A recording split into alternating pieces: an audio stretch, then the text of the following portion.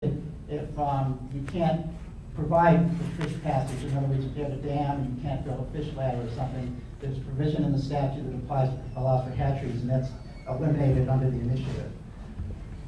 So most of the initiative talks about anadromous fish, and the reason why we wanted to specifically mention what anadromous fish are is because you'll hear the initiative is often labeled as stand for salmon, but it actually deals with anadromous fish, which is a slightly larger category than just salmon.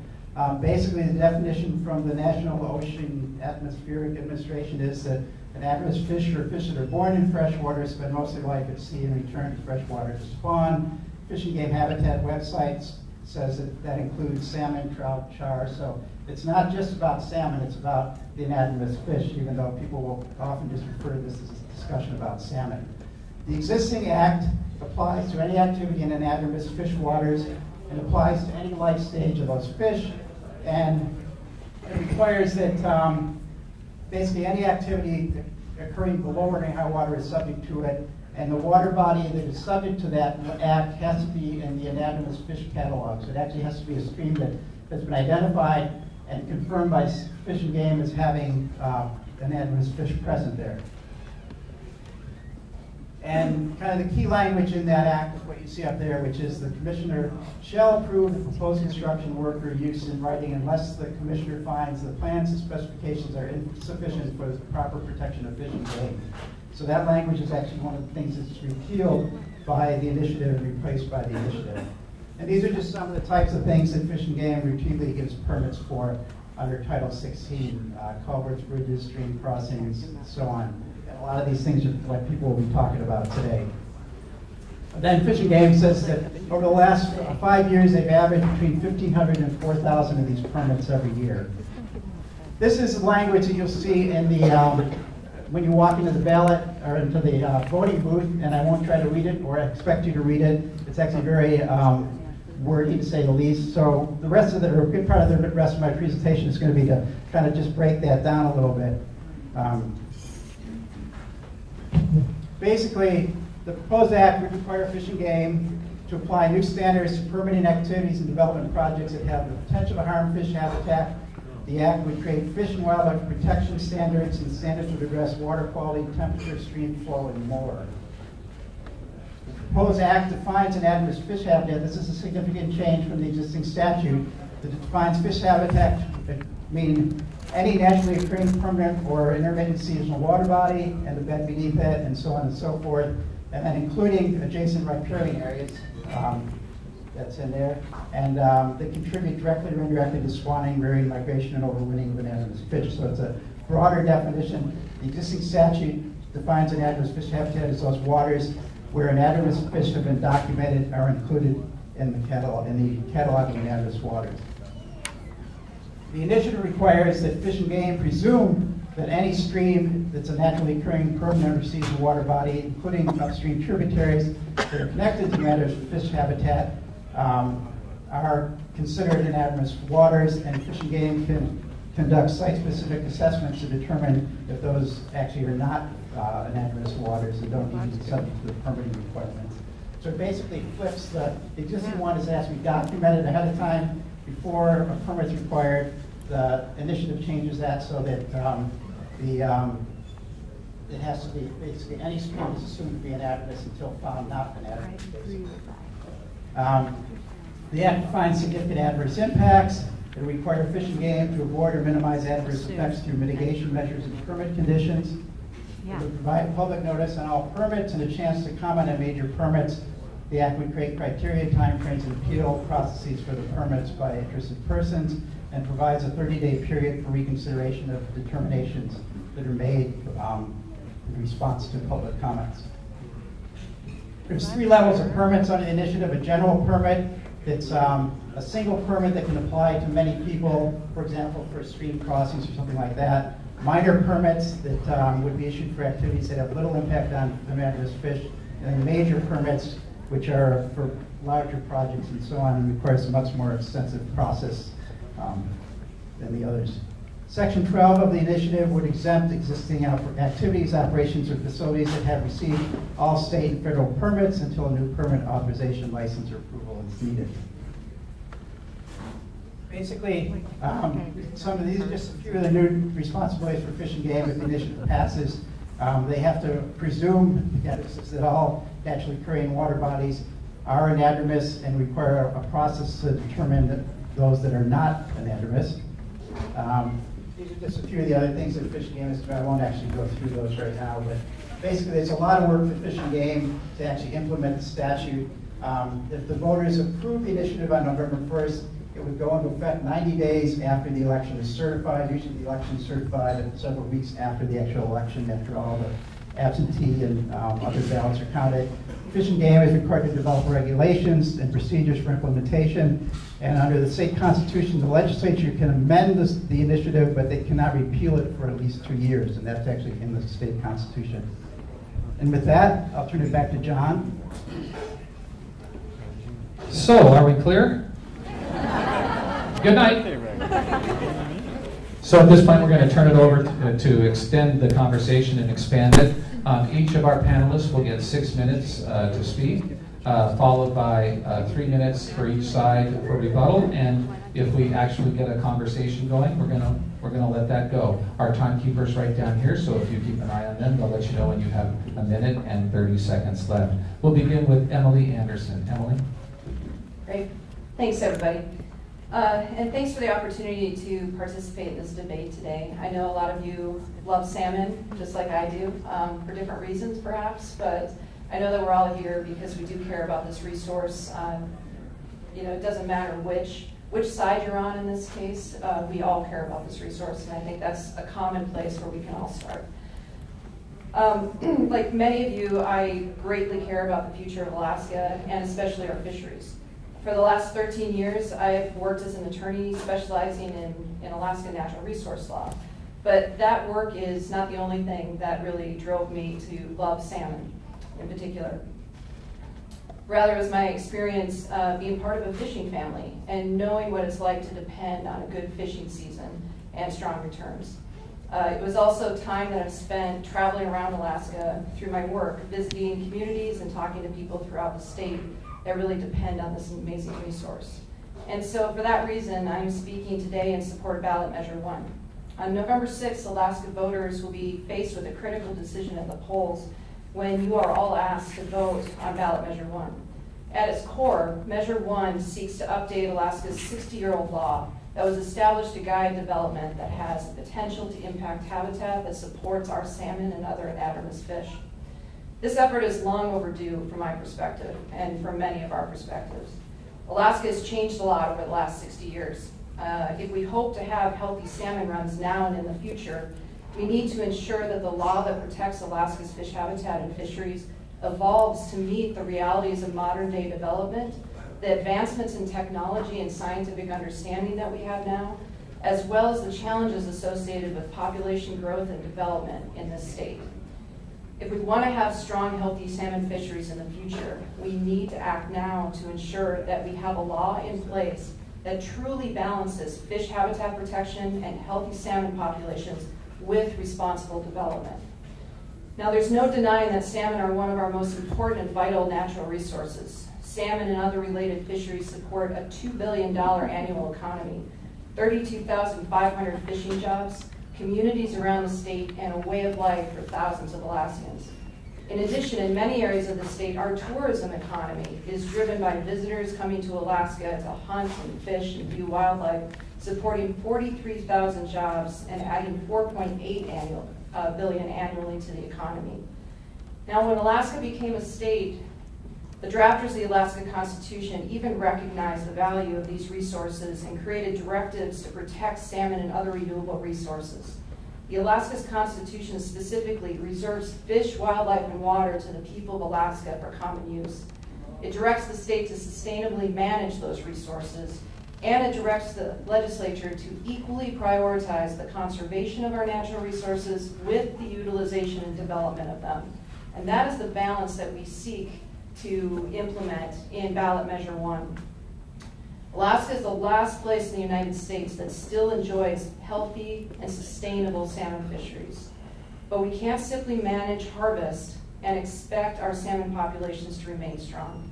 we also need to have a strong habitat management system in place, especially during times of low returns.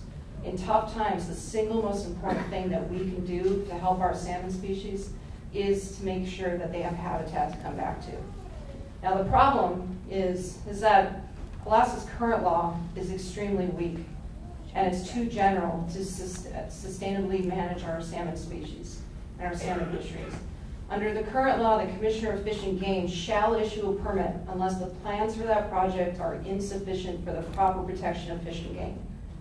Nothing in statute or regulations actually defines what the proper protection of fish and game is. Now that means that from administration to administration, oftentimes what we find is that this process varies dramatically in how these permits are issued and whether fisheries are actually protected or not. What the Ballot Initiative seeks to do is offer a solution to that problem, to strengthen Alaska law and buffer us against what has happened to other places that used to have salmon in the United States. Ballot Measure 1 creates habitat protection standards to define what the proper protection of fish and game is. And these standards create a science-based process to guide good decision-making. It creates a two-track permitting system to ensure that projects that pose little threat to fish habitat get a minor permit and are processed quickly. But projects like, for instance, the Pebble Mine are put on the major permit track to receive more scrutiny because they have the potential to damage Alaska's fisheries. It requires public notice for all permits and provides Alaskans for the first time an opportunity to review and comment under this system on major development activities that could harm our salmon species. It expands Fish and Game's ability to better protect fish habitat. And it establishes a standard of care for fish habitat that encourages and incentivizes responsible development practices. Ballot Measure 1 is an effort to get Alaska ahead of the curve to put a strong fish habitat protection policy in place before we start making decisions that we can't take back. Contrary to what you may have heard on TV and radio, Ballot Measure 1 is not asking voters to choose between healthy fisheries and strong economy. That is a false choice. I'm going to repeat that many times tonight. It is a false choice. Rather, Ballot Measure 1 ensures that we have a future that envisions both smart and responsible economic growth from all economic sectors and healthy runs for future generations. Thank you, Emily. And now, from the Stand for Alaska, Clint, you have 6 minutes. Thank you. Good evening. I'm here tonight not because... You want to start on time till you start? Little microphone trouble here. I'm here tonight not because I work for the oil and gas industry or the mining industry or that I practice in natural resource law. I'm here as a person, a father raising 3 children who has spent the majority of his career focused on public safety, focused on public service. If you had asked me 3 months ago, would you vote for salmon or would you vote for Stand for Alaska, not knowing anything else, I probably would have voted for salmon.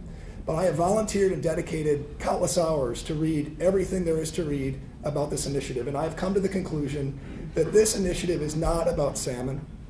It's about making it harder to develop other natural resources in Alaska. And that's why I strongly urge all of you to read what I have read and to come to the same conclusion that I've come to, that this measure should fail.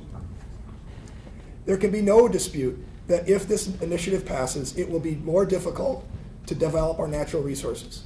There's no dispute about that. There's some hyperbole that it'll shut down industry. I hope that's not true, but there's no doubt that it's going to be more difficult. We are not Washington State. Our laws are not weak. The advocates for this initiative are forced to admit, as they already have tonight, that our salmon habitats are healthy. They're healthy and they're vibrant, and because they're healthy and vibrant, we have a $2 billion a year salmon industry with over 30,000 jobs. We have a vibrant tourism industry because our salmon habitats are healthy under current law. My connection to the regulation of our salmon habitat came in 2012. At the time, I was serving as a state prosecutor, and I was asked to get involved in the prosecution of a man who had altered a salmon-bearing creek in the Matsu Valley. Prior to that case, I had had no conversation, no interaction, or understanding of what Department of Fish and Game fish biologists had done. But through that case, which was a successful criminal prosecution, I developed a great admiration for those biologists. And so when you hear that the biologists at the Department of Fish and Game are subject to the whims of an administration You should pause and think about that. Those biologists are professional scientists. They are guided by science, and they are not going to be subject to the whims of an administration. And because of that, regardless of who's been elected to serve us in Juneau, the Department of Fish and Game has protected our salmon habitat. And I think all of us that are supporting Stand for Alaska want to continue to have healthy salmon habitats.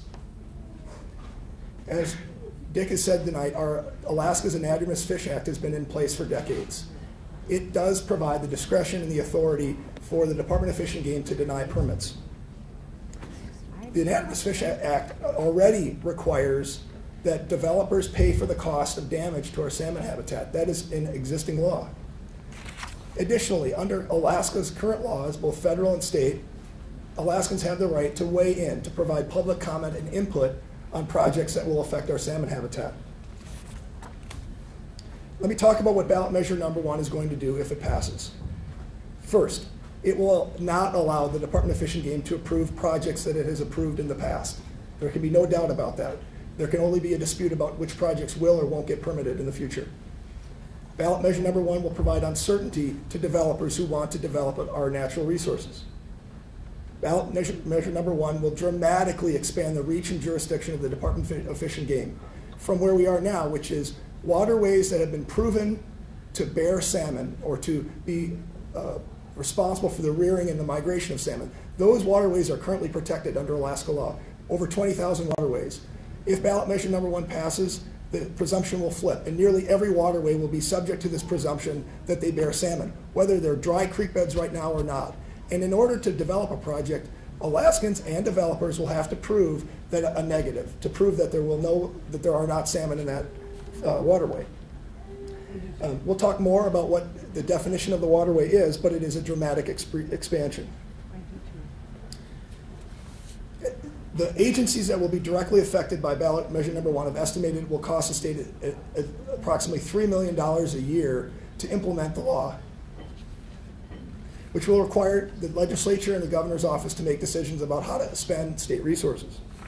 The Department of Transportation in particular has indicated it's going to become more expensive and more time-consuming to build and update our infrastructure. It'll be more difficult for everyday Alaskans to build docks and driveways. There can be no doubt about that. So as my time comes to an end here, I cherish salmon. My freezer is full of salmon right now, and I want my freezer to be full next summer and in the future. But I'm raising 3 kids, and I want them to have the economic opportunities that I've had in the time that I've been in Alaska. This initiative does not provide any public input or flexibility. What it provides is an up or down vote. Alaskans are going to be asked to vote whether they think this law, 8 pages, single-spaced, is a good thing or a bad thing for the future of Alaska. And if it doesn't work, the legislature has to wait 2 years before they can repeal it. I'm concerned about the damage that will be done to our economy in those 2 years and the years afterward. I urge you to vote no on ballot measure number 1. Thank you, Ben. And now for Stand for Salmon, Tim Troll. In studying the history of the decline of the salmon runs of the Pacific coast, do I got okay? All right. Can everybody hear me now? In studying the history of the decline of the salmon runs of the Pacific coast, it's striking to notice how invariably these declines are blamed for overfishing. These statements come most often from those least acquainted with the subject and are frequently made to cover up other causes, which may be of their own making.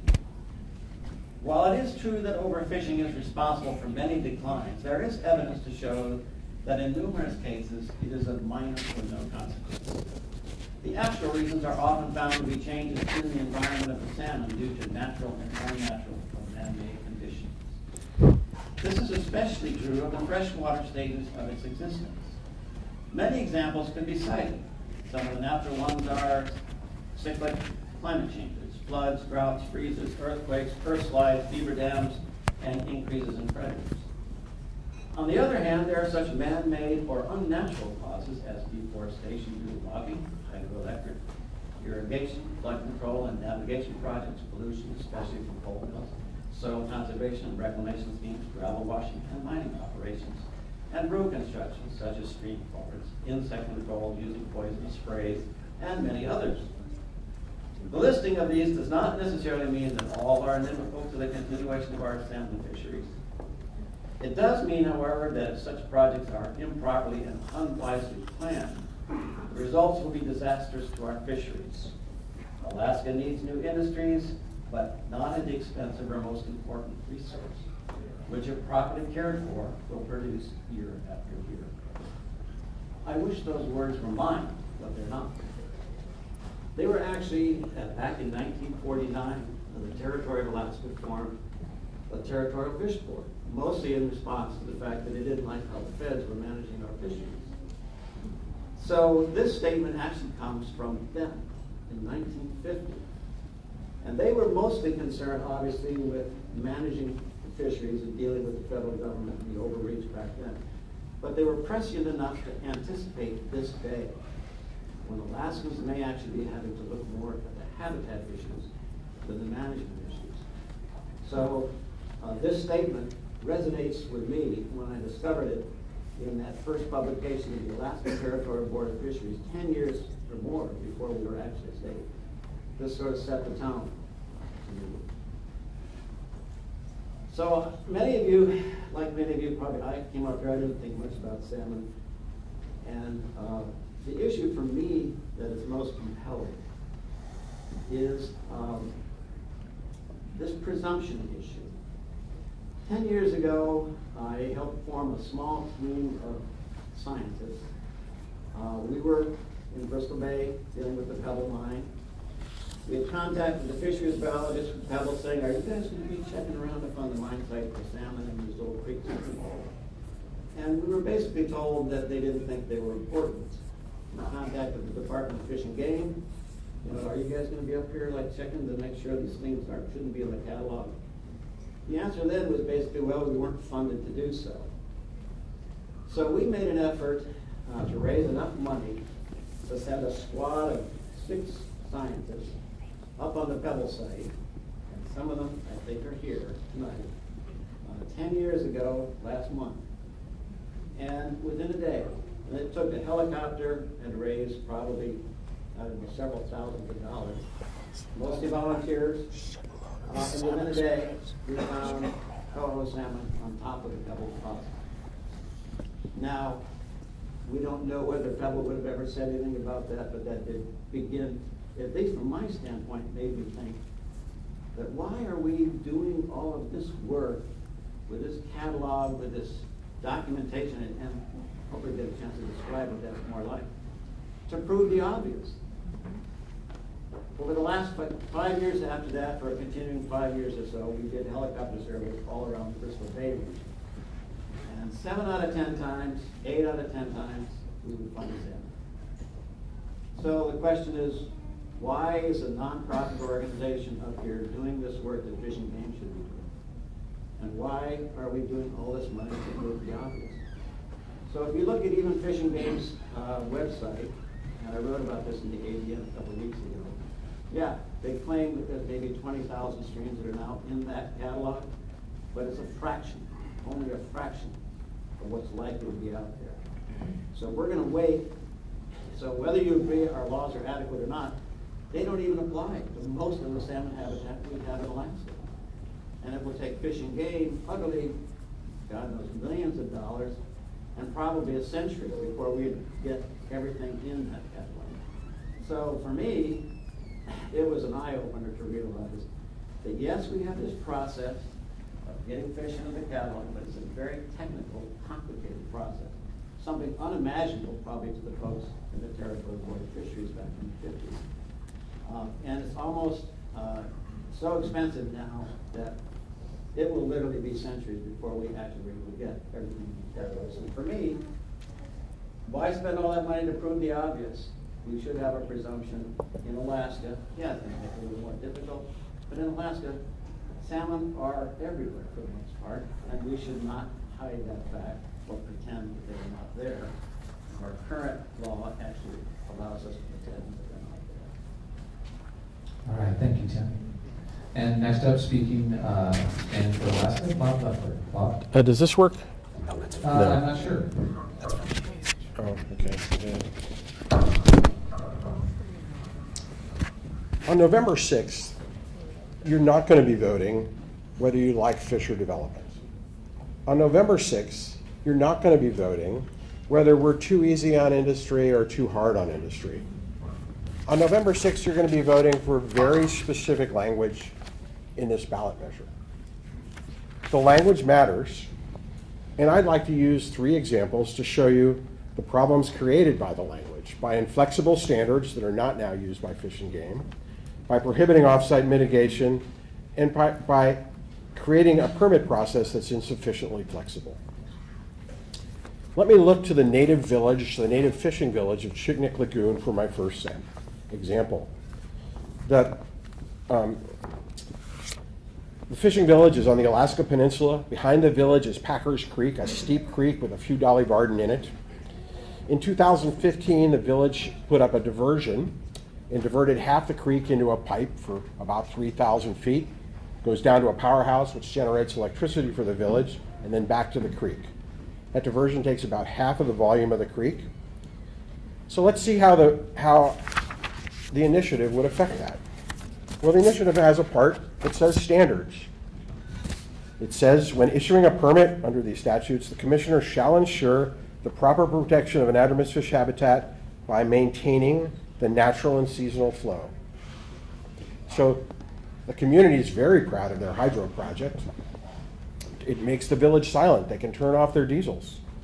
But it doesn't maintain the natural flow.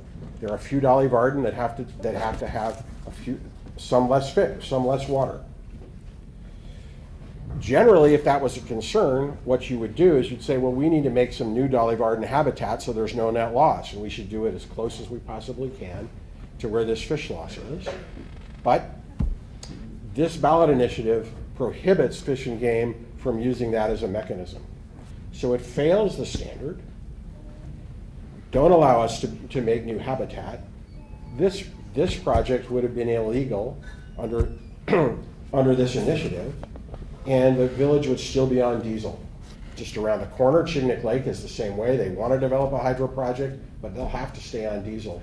All through Alaska, there are multiple projects which would fail under this standard. Actually, Bradley Lake would have failed. So many villages hoping to use the renewable hydropower will be frustrated. Let me go to a different example which uses slightly different language. This initiative requires Fish and Game to regulate habitat and riparian areas for wildlife, even on private land. And let's see how this could play out for transportation. Imagine you're a homeowners association southeast somewhere, or maybe a native corporation. You need a road to access your land through a narrow valley.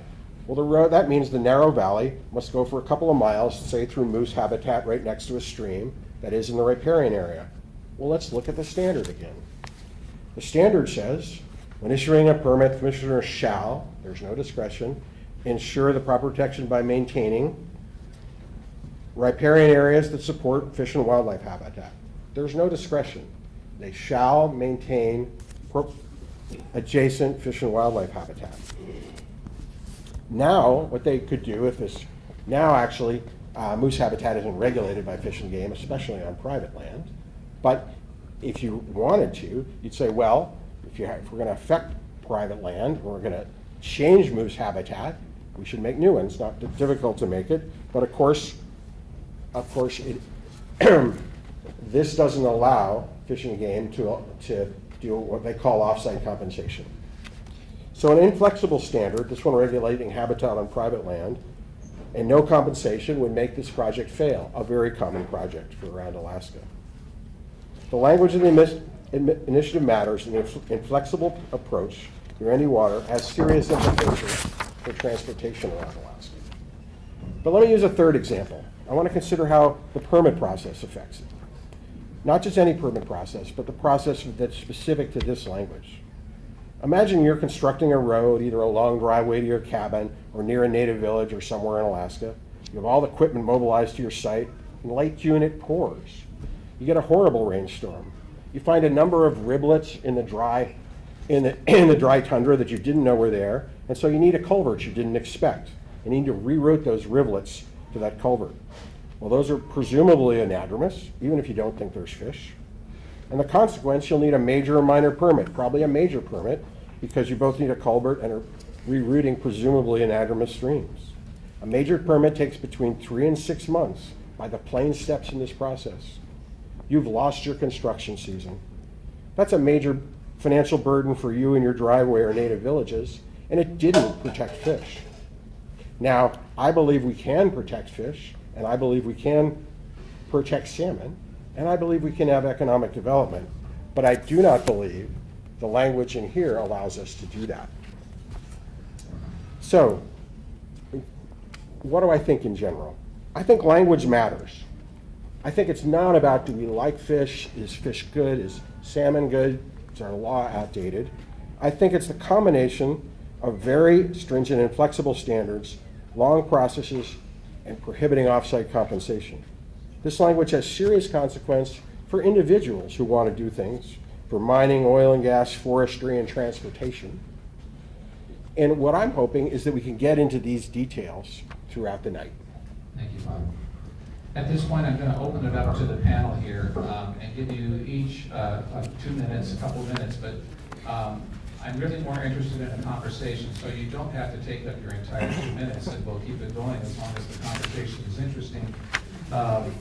But this is your opportunity to challenge what you heard somebody at the other table say, and we'll begin with Stand for Salmon. Thanks. Well, I think what I'll do is just address what Bob just talked about here.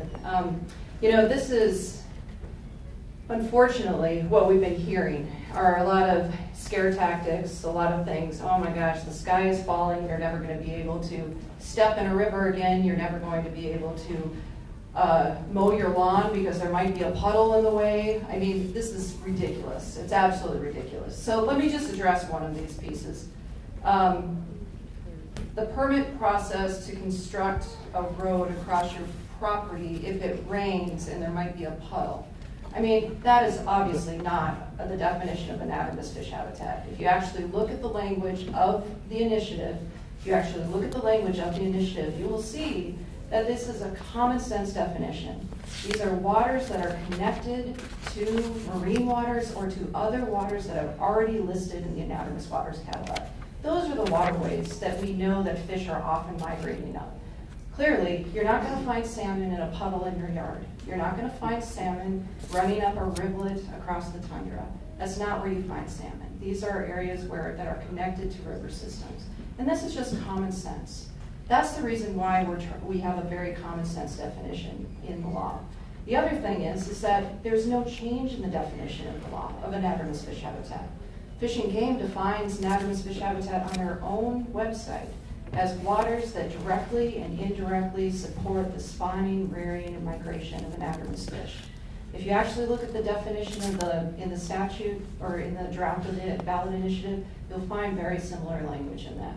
And so I guess what I'd like is everybody to have an open mind. If we want to talk about projects, we should go back and forth about the accuracy of whether those projects can actually get permitted or not, and not just take it as gold that every puddle is going to be considered anadromous water.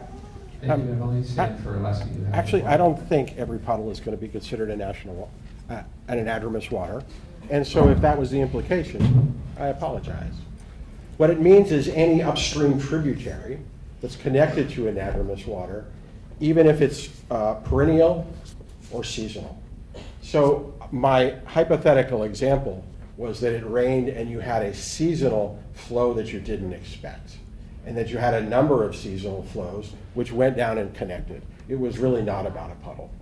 And I believe that under this definition, if it connects, it's an upstream tributary, that it's seasonal during rainstorms, it falls under the definition.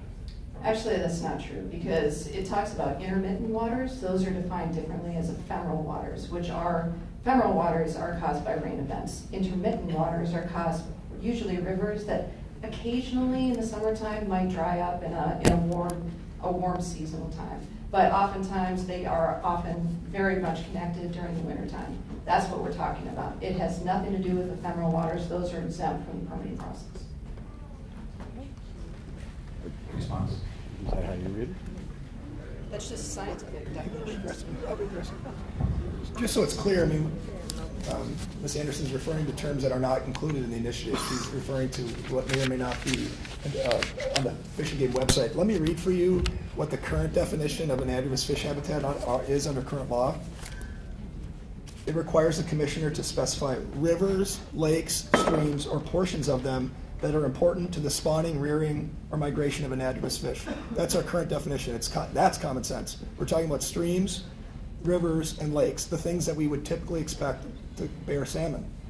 The new definition in this initiative is a naturally occurring, permanent, or intermittent seasonal water body and the bed beneath, including all sloughs, backwaters, portions of the floodplain covered by the mean annual flood, and adjacent riparian areas that contribute directly or indirectly to the spawning, rearing, migration, or overwintering of anadromous fish. Even Dick, when he read this to you, said, and so on and so forth. It's a long definition. What we're asking Alaskans to do, what these initiative advocates are asking them to do, is for all of you to understand what that means when you go into a polling booth and you've got 30 seconds, 45 seconds, you're being asked to say, I think I know what that means, I think I know how far that extends, and I'm going to vote yes. That's what you're being asked to decide. Well, I would just suggest that, you know, I know you're kind of new to this issue, and you're not a natural resource lawyer, but I would suggest that you go to the Fish and Game website and you actually look at the definition section on the Fish and Game website, defining what an anadromous fish habitat is, in defining what a slough is, defining what an intermittent water body is, defining what an ephemeral water body is. All of those are in existence, and the initiative incorporates almost verbatim what those definitions are. I guess my response to that is I'm not a natural resource lawyer. I'm not pretending to be one. But I've practiced law for 20 years. I've spent dozens and dozens of hours of reading this, and apparently I don't have it figured out yet. But what's important, and the point that Ms. Anderson made, is that the Department of Fish and Game has the flexibility and the discretion to further define anadromous fish habitats under their current laws and regulations. They already have that flexibility under current law, so why is it necessary for such an overbroad, overreaching statute to be passed in this manner? Okay, and we're going to give each of the people opportunity to that. We're getting a lot of questions, so I'm going to begin with a question for Stan for salmon.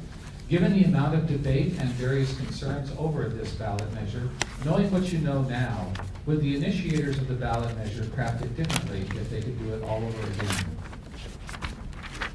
And you have 2 minutes to answer. So whenever we look at crafting the law, you know, we want to make sure to vet it. And one of the ways that this particular ballot initiative was vetted was through a 3-year process. One, we started at the Board of Fish. The Board of Fish, basically the proposal that was submitted to the Board of Fish asked them and requested them to take a look at the law and ask, is this adequate? Is this going to protect our fisheries for our future? And the answer from the Board of Fish was no. They made a recommendation to the legislature using an idea that, and some of the standards that they were actually thinking about in the sustainable salmon policy that the Board of Fish has created and crafted, and said to the legislature, we need to update this law. It is insufficient, and we need you to act on this. The legislature took it up and drafted HB 199. HB 199 was heavily vetted as well. There was a lot of feedback. There was a lot of testimony from the public. There was a lot of testimony from industry. There was a lot of testimony from the agencies that came in. There were several iterations of HB 199 that was drafted. There was a lot of vetting that was going on. And at the same time, the initiative was being drafted. And all of that input was also taken into consideration in the initiative. Now, I will say no law is ever drafted perfectly. That's the reason why, if this initiative passes, which I hope it does, the legislature immediately has an opportunity to look for small amendments that might make it more fluid. If they see something that they're really, really find problematic, they can make amendments to it. The other thing is, just like any other law, you can make bigger amendments to it as time goes on. And finally, Fish and Game will also have the opportunity to craft regulations, which is a very public process where industry, citizens, people that care about salmon will all have public input and an opportunity to share in that experience and make sure that this is the best law for the state of Alaska. Thank you, Stan for Alaska. You have 1 minute. My understanding is when HB 199 went through the legislature, it had to be rewritten to something different because they realized that it was insufficient as it was being considered. So it was amendment. I don't know if the amendment was actual, or the committee substitute was introduced or not. But all the wind came out of the sails when in fact they realized that to make it work, they had to do something that didn't resemble this, and as a result, this was going to be on the ballot anyway. The way it works is if the legislature does something similar, an initiative comes on the ballot. Since they couldn't do something similar and make it work, the initiative was going to be on the ballot anyway, and it took a lot of the wind out of the sails. So I think this was, so there we go. And by the way, I still think if you have a seasonal connection during big rainstorms, it falls under the definition. All right, thank you. Now we have a question for Stand for Alaska. How would you change the initiative to make it acceptable to you? Okay. So, 2 minutes. sure. If you've got the initiative in front of you, if what we're trying to do is to emphasize the importance of salmon and our salmon habitat, I would be comfortable with Section 1. If the initiative was Section 1, that would be consistent with the public messaging from Stand for Salmon that reads, Alaska's fish habitat policy is wild salmon are critically important to our communities, economies, and cultures, and it's a policy of the state of Alaska to ensure sustainable fisheries, to protect our resources, water resources and habitat, to ensure development activities comply with enforceable standards, and ensure that the Department of Fish and Game protects the natural fishery resources. That's the sort of broad guidance that the legislature needs. And all of us as Alaskans could get behind that and say, yeah, legislature, there are a lot of competing interests, you got a limited amount of time, but why don't you go spend some time coming up with a more robust, and let's have a public debate about what that enforcement mechanism will be. But what we're being forced to do is to swallow this whole with, I find it ironic, really. Ms. Anderson says the legislature has essentially failed to protect our salmon habitat for 60 years. And so as a last resort, this initiative is necessary to protect our habitat. But on the other hand, she says, if I'm wrong, if we're wrong, if we didn't get it right, we can rely upon the legislature to fix it in January 2019. That's just not realistic. The legislature won't know. They're not going to be able to dissect this in January, and it's going to be too late if it passes. Thank you. 1 minute. Yeah, well, I mean, I was present for all of the testimony on HB 199, which there was a lot of it that was coming in, but, in one of the final iterations of HB 199, which was a very, very trimmed down version of the original HB 199, there were many, many, many industry representatives that were there and found the entire thing unacceptable, except for one piece, which is they would relent and say, we support public notice. That was it. Not even a public process, not anything, not habitat protection standards, not a public process. Basically, it was only public notice that was acceptable. And frankly, that is not and should not be acceptable to the people of Alaska. These are public assets that we're talking about. And at the very minimum, we need to have public notice and an opportunity to participate in important decisions that impact our fisheries. Thank you. And right now, the panelists are going to get an opportunity to ask each other a question. And we'll begin with a question from Stand for Alaska, 2 minutes to respond, and then a 1 minute rebuttal. Okay. Yeah. As an example of, am I on? Okay, there we go. Sort of as an example of inflexible standards, let's look at emergencies. In 2015, breakup resulted in 12 feet of ice buildup in the Sag River south of Prudhoe Bay. Flooding closed the Hall Road.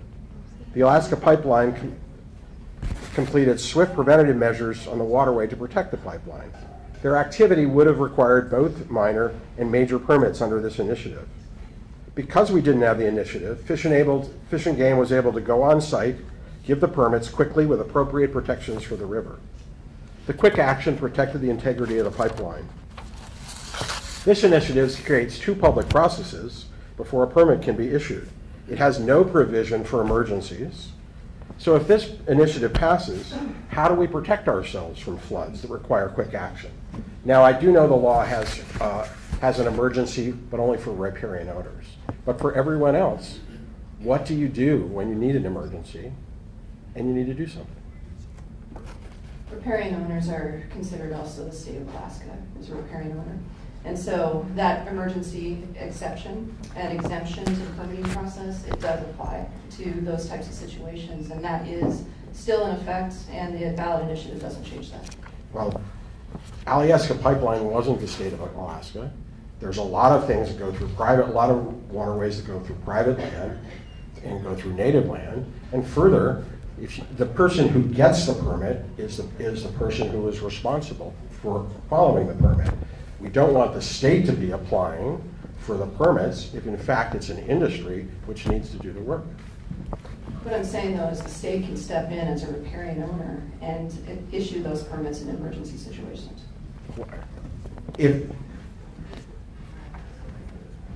If the state is a riparian owner. In the places where the state is not the riparian owner, they can't.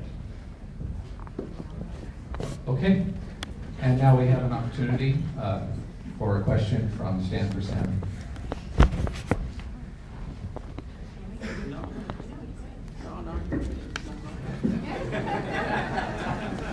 I know, it's all right. I just got in at the last minute. I was here for beer and pizza. Please don't. I want to be able to use this before the night's over. Okay, I'll do it. All right, over the last 10 years, legal protections of fish and wildlife habitat have been systematically eroded by various administrations and state legislatures. Many laws have been streamlined to cut out the public and amend or approve clear mandatory standards in the law. In 2003, for example, the Murkowski administration went so far as to actually remove the habitat division from Fish and Game and move it over to DNR. Basically, to quiet the agency. Fortunately, that was changed. But under the Parnell administration, more damage was done when DNR systematically revised the special area management plans to weaken habitat protections and fish and wildlife protections, or that was the Bay Area plan. But perhaps the worst blow was the repeal of the Alaska Coastal Management Program in 2011. The ACMP propped up ABFMG's legal authority by allowing the state and local governments to create habitat and fisheries protection standards in coastal areas of the state and required a public process. The loss of the ACMP was actually a huge blow to ABFMG's authority. Sorry, Tim, but we need a question. We're 1 minute in. All right, I got it. Stand for Alaska claims that adequate legal protections for salmon are in place. These are actual facts, the ones I recited. How do all of these rollbacks constitute adequate protection? 2 minutes.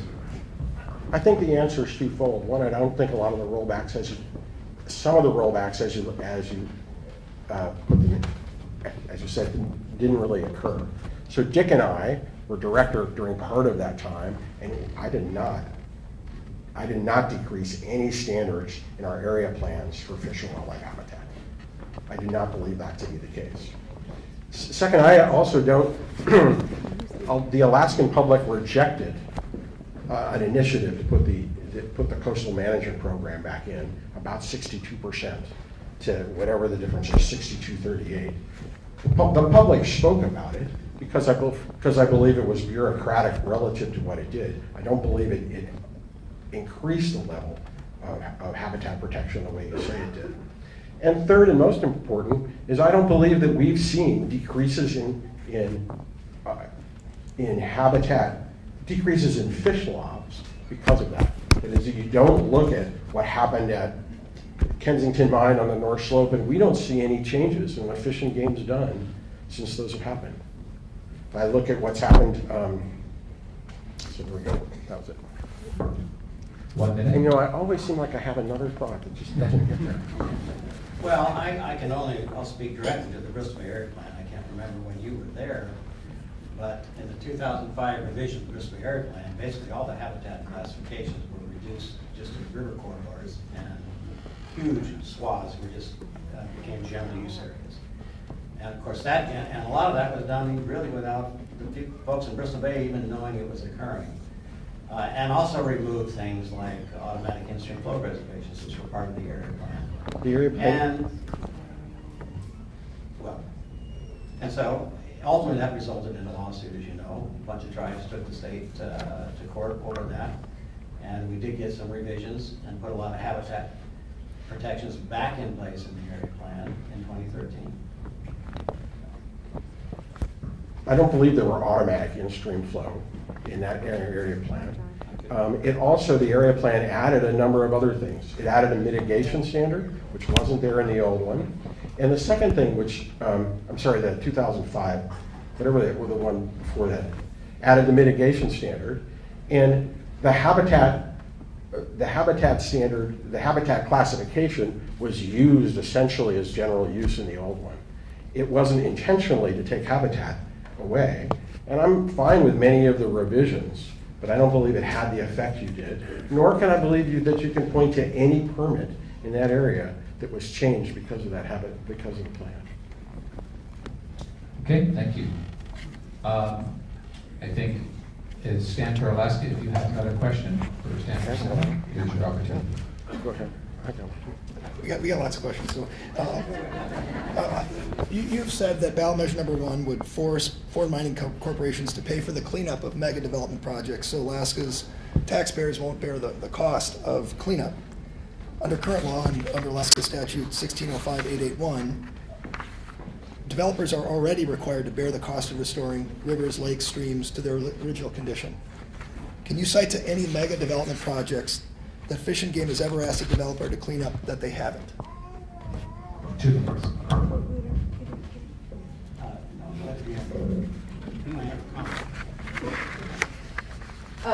Well, the bond requirement that you're actually referring to, it is in 1605-881, but it's discretionary. It's a discretionary bond requirement, meaning that the Department of Fish and Game doesn't always have to require a bond. And as far as cleanup, I mean, we can talk about all sorts of different cleanup opportunities. The placer mine that was, excuse me, the platinum mine, it was a huge, huge disaster. That was run by an Australian mining company that skipped town after basically discharging tons and tons and tons of wastewater into the Salmon River. And they've never cleaned up their mess, even though they were required under law to post a bond. It was an inadequate bond, and then they skipped town. So that's just one example. And then we have other examples in the state where the bond requirement has not been adequately posted. You know, the Greens Creek mine, for instance, has a $26 million bond, except that that is estimated to only last for 7 years after they're finished mining. The estimate is that they're going to need money for 100 years, and that bond does not exist. And so there are inadequate bonds that have been issued for a variety of mines. Not suggesting the Greens Creek mine is a bad mine. I'm just suggesting that the state hasn't required an adequate bond. I've just got 2 responses. First is I do think the platinum mine was a problem, and I'm very glad they were prosecuted. They were prosecuted by, if my sister's out here, by people in my sister's office. She was a federal prosecutor. And she's prosecuted people in mining, in fisheries, in oil and gas. All of those people occasionally do bad things, and they should be prosecuted as they were under this case. With respect, the question, however, was not about the bond. It is where the question was asked was where the state has spent any money, and what message did the state have to clean up. The state did not end up cleaning up the platinum mine. The underlying claim owner, that is the operator, skipped town, as Emily said, but the underlying claim owner spent his own money to do the reclamation. So the question still remains and wasn't answered. Where have we cleaned up the mess? And as someone who has been in mining since the reclamation since 1996, I do not believe the state has spent any money having to reclaim an abandoned mine that was abandoned since the reclamation law took effect in 1991. Clearly, prior to environmental laws, they did. But I don't see any message, and the state hasn't spent any, and that was really the question. Well, I mean, you just hit the nail on the head, which is the mining law and the reclamation law took place in 1991. Most of our mines are still in operation, and so we're yet to see how that actually plays out. Well, we've had a number of mines closed. Some went into bankruptcy, and even the mines went into bankruptcy didn't require any state money to clean up. Can you cite specific examples? Oh, sure. Illinois Creek went into bankruptcy, and we managed to reclaim it without a dime of federal money It had no violations, and now we have $1 million permanent fund to monitor that mine in case anything goes wrong. Nixon Fork went into bankruptcy. It came out of bankruptcy and operated for a while and closed and opened and closed and opened, but there's been no issue. All right, thank you. I have lost track. Having